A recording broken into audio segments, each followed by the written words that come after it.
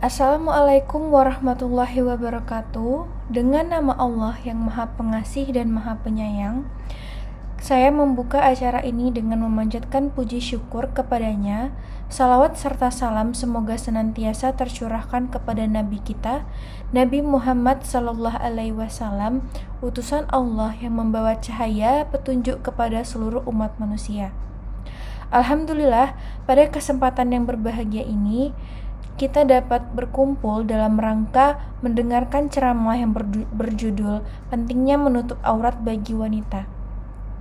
Saya mengucapkan terima kasih kepada hadirin yang telah meluangkan waktu untuk bergabung dan menonton video yang telah saya buat ini.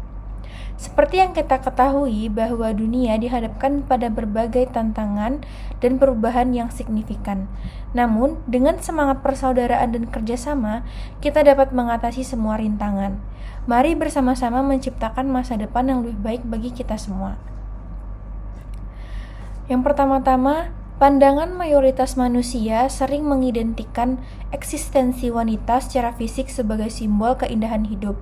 Semakin indah penampilan wanita, maka semakin menampakkan postur tubuh yang indah pula. Namun, di balik keindahan itu, terselubung sebuah makna tersirat bagi wanita agar berhati-hati dalam menampakkan batas-batas postur tubuh yang wajar dipandang bagi setiap manusia.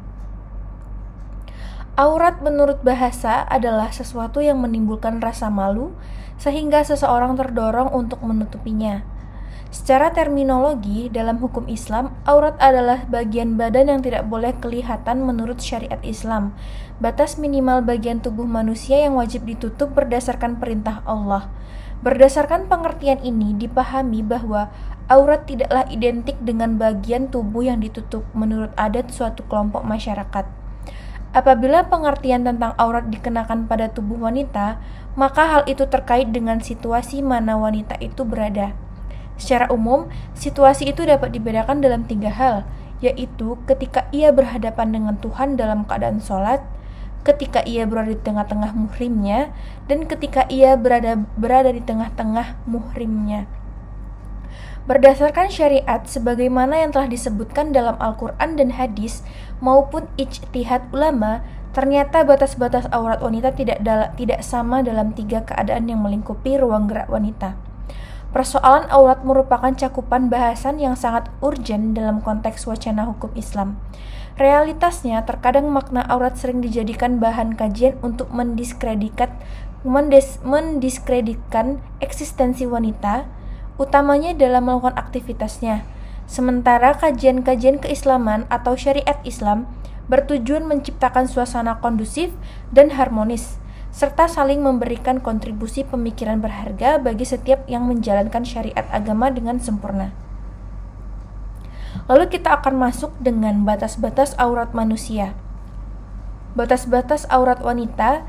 Jumhur ulama sepakat bahwa aurat wanita yang wajib ditutup ketika bersolat adalah segenap anggota tubuhnya kecuali muka dan telapak tangan. Muka dan 2 telapak tangan itu menurut Syahid Sabik adalah bagian tubuh yang dibolehkan tampak sesuai dengan kalimat illa ma zaha minha. Ibnu Taimiyah menjelaskan bahwa Abu Hanifah membolehkan telapak kaki wanita tampak dalam sholat, dan ini adalah pendapat yang paling kuat berdasarkan riwayat ini. Aisyah yang memasukkan 2 telapak kaki itu ke dalam kategori tubuh yang boleh tampak sesuai dengan potongan ayat tersebut. 2 telapak kaki tidak termasuk punggung. Hal ini berdasarkan riwayat dari Ummi Salmah yang menanyakan kepada Rasul tentang bolehnya melaksanakan sholat dengan hanya menggunakan baju dan kudung. Maka Rasulullah SAW bersabda, "Iza kana al-dar'a sa'igan yaquzu zuhuri qadamaih," yang artinya jika baju itu cukup menutupi punggung 2 telapak kakimu. Pendapat ini berbeda dengan pendapat Al-Syafi'i yang tidak membolehkan 2 telapak kaki itu tampak dalam sholat. Ulama berbeda pendapat mengenai batas aurat wanita di depan muhrimnya. Al-Syafi'iyah mengatakan bahwa aurat wanita ketika berhadapan dengan muhrimnya adalah antara pusat dengan lutut. Selain batas tersebut dapat dilihat oleh muhrimnya dan oleh sesama wanita. Pendapat lain mengatakan bahwa segenap badan wanita adalah aurat di hadapan muhrimnya, kecuali kepala termasuk muka dan rambut, leher, kedua tangan hingga siku, dan kedua kaki sampai lutut. Karena semua anggota badan tersebut digunakan dalam pekerjaan sehari-hari. Berbeda dengan itu, aurat wanita ketika berhadapan dengan orang-orang yang bukan muhrimnya, menurut kesepakatan ulama adalah meliputi seluruh tubuhnya, selain muka dan dua telapak tangan dan kakinya. Karena itulah, seorang laki-laki dapat saja melihat bagian-bagian tersebut pada tubuh wanita yang dilamarnya. Di sini tampaknya batasan aurat wanita sama dengan batasan auratnya ketika sholat. Masuk ke dalam kewajiban menutup aurat bagi wanita, pembicaraan masalah aurat selalu saja mengacu kepada dua ayat Al-Quran, yaitu Al-Quran Surat An-Nur 32 dan Al-Ahzab 34. Di samping ayat-ayat lain dan sejumlah hadis Rasulullah, dua ayat yang dimaksud adalah dengan arti, dan janganlah mereka menampakkan perhiasannya kecuali yang biasa nampak daripadanya, dan hendaklah mereka menutupkan kain kudung ke dadanya, dan janganlah menampakkan perhiasannya kecuali kepada suami mereka, atau ayah mereka, atau ayah suami mereka. Kewajiban menutup aurat yang diperselisihkan adalah batas-batas aurat wanita dan bagian-bagian tubuh yang boleh kelihatan. Al-Qurtubi mengatakan bahwa menurut kebiasaan adat dan ibadah dalam Islam, wajah dan dua telapak tangan itulah yang biasa kelihatan, sehingga pengecualian dalam ayat 31 surah An-Nur merujuk kepada dua bagian tersebut. Selain dari itu, wajib ditutup. Berdasarkan pula satu riwayat dari Asma binti Abu Bakar bahwa ia pernah ditegur oleh Rasulullah Shallallahu Alaihi Wasallam, "Hai Asma, sesungguhnya wanita yang sudah balik tidak boleh tampak dari badannya kecuali ini." Lalu Rasulullah menunjuk wajah dan dua telapak tangannya. Tujuan menutup aurat adalah untuk menghindari fitnah. Karena itu, sebagian ulama diantaranya Ibnu Huwaizi Mandat menegaskan berdasarkan ijtihadnya bahwa bagi wanita yang sangat cantik, wajah dan telapak tangannya pun dapat menimbulkan fitnah, sehingga wajib pula menutup wajah dan telapak tangan itu. Kewajiban menutup aurat adalah juga dimasukkan untuk membedakan antara wanita terhormat dan wanita jalanan. Hal ini berdasarkan sebab turunnya ayat tersebut.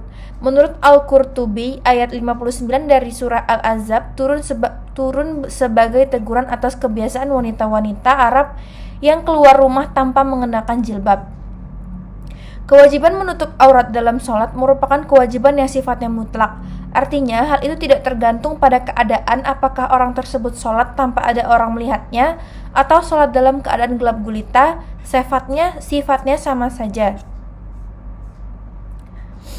Wajib ditutup hanya jika berhadapan laki-laki yang bukan muhrim, tetapi tidak berhadapan dengan muhrimnya sendiri, bagian tubuh tersebut tidak menjadi aurat dan tidak wajib ditutupi.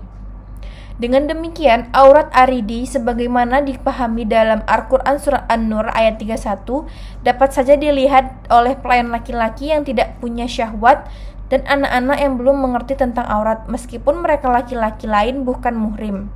Semua aurat baik zati maupun aridi dapat saja diperlihatkan menurut Abu Zahrah. Menutup aurat jika dipandang dari ushul fikih dikategorikan dalam jenis kewajiban sekunder, bukan kewajiban primer. Pertanyaan yang muncul ialah bagaimana model busana yang diajarkan oleh Islam dalam menutup aurat itu. Sebenarnya dalam Islam tidak pernah menetapkan suatu model busana untuk menutup aurat. Islam hanya menentukan prinsipnya, yaitu pakaian itu harus menutup bagian-bagian tubuh yang termasuk kategori aurat.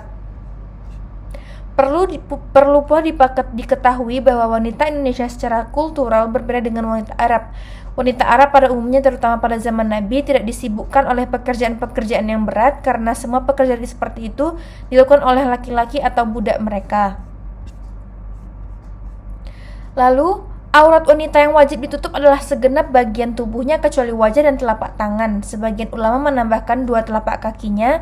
Batasan aurat yang demikian itu berlaku ketika wanita sedang melaksanakan sholat dan ketika berhadapan dengan laki-laki selain muhrimnya. Demikianlah ceramah singkat yang dapat saya sampaikan pada malam hari ini. Lebih dan kurangnya saya mohon maaf. Wassalamualaikum warahmatullahi wabarakatuh.